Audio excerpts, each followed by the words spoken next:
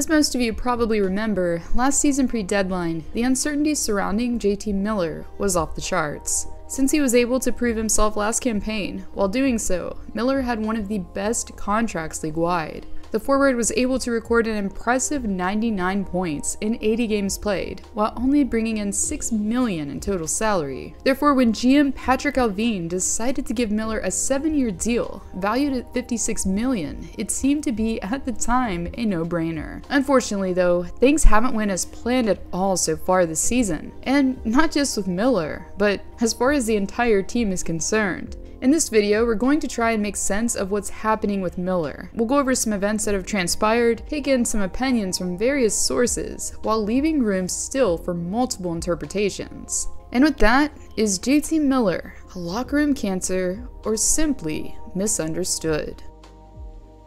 As the 2022-2023 season kicked off, the same sort of pattern began to surface as far as the Canucks were concerned. Vancouver ended up losing its first 7 games once the regular season commenced. However, unlike the season before, when the scapegoat was simply head coach Travis Green, one of the names taking heat was that of Miller himself. But it wasn't just the fans that appeared to be frustrated with Miller's lackluster attitude. After a 5-1 loss to Buffalo, Luke Schenn appeared to be furious with Miller. As we can see, it was so heated that Connor Garland made a beeline to try and defuse the situation. Even though we don't exactly know for sure what brought on the conflict, what we do know is that the loss to Buffalo wasn't any old L. This was a game that fans decided to show the team how frustrated they really were by throwing jerseys onto the ice. This was Game 6 of the losing streak noted before, and by this time, the mood was anything but cheery in BC. So, again, even though this is pure assumption, it's possible that Schenn's frustration with Miller's carefree attitude had reached its boiling point.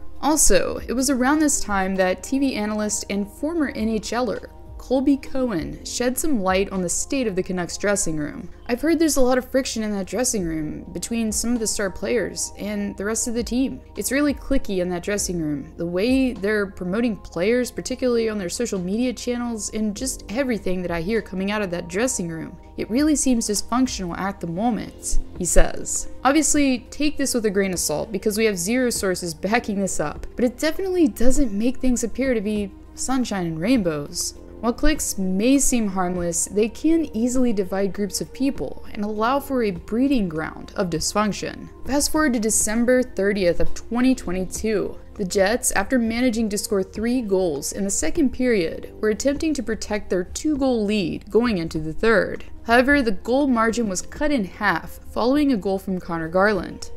In an effort to tie the game, the idea was naturally that Bruce Boudreau would be motioning for netminder Colin Delia to come to the bench. However, Delia didn't vacate the crease when JT Miller wanted him to. Therefore, because the goaltender didn't skate away as Miller was being pressured with the puck, Miller exploded in plain sight. Miller could be shown screaming at Delia and slamming his stick on the goalpost in frustration. After the fact, Miller, who was interviewed about the incident that blew up on social media, made some rather interesting comments. Well, unless it's inside our locker room, I don't think anyone's opinion really matters, to be honest with you, Miller told Sportsnet's Ryan Leslie. It's not the coach's fault. I don't even know why this is even being talked about. Maybe I shouldn't have done what I did. It's not out of anger, I was letting him know to go to the bench. I had full control of the puck. That's all it was.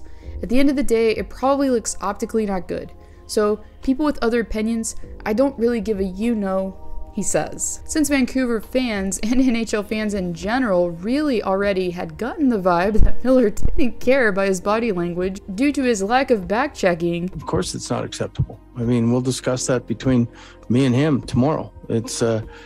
But I mean, it's a terrible play, but it is what it is right now. This definitely verified all things. Obviously, some players and coaches do enjoy their privacy and don't always enjoy the media prying into their lives. However, since this was an on-ice incident in plain sight, this could have been the perfect opportunity for Miller to clear things up with the fan base and to take some accountability. Unfortunately though, that hasn't been the case. Miller claimed that he didn't know the issue between him and Delia was even a thing until the media brought it to his attention. Yes, the media does a great job at instigating from time to time. With that being said, former NHLer Kevin Bieksa decided he was no longer going to defend Miller here recently. Since the outburst against the Jets put him into the spotlight, Miller, as he said before, doesn't care what people think. Therefore, he wasn't trying to hide his apathy against the Flames at all. Bieksa, after witnessing Miller barely skating on the backcheck and changing while Calgary was set up in the Nugs zone, responded, "I can't defend that," Bieksa says. Also, if we look at the roster's plus-minus category, a picture is painted that resembles the one we just saw. Miller, who out of the entire team has been receiving the most ice time except for Quinn Hughes, has a negative 13. Hughes is in the positive range at 2. Miller, who will be making the most out of the entire team next season, is far from being the points leader currently. Elias Pettersson, who's played 2 games less than Miller, has 14 more points, with 44, versus Miller's 30. To make it even better, he's a positive 11. Yes, the plus-minus stat can be deceiving at times, but in Miller's case, it's indicative of his performance. In conclusion, since Miller's contract hasn't even kicked in yet, it's really hard to tell where things will go from here. Since Horvat's days in BC are reportedly numbered, it's hard to imagine what the Canucks roster will look like next season, and what the team's outlook will be in general. One thing is for certain though, Miller won't be going anywhere, unless he wants to, due to the full new move clause that's in effect on his contract, until 2027. I got issues going on then. Issues that you can't help me with. What's going on, Doc?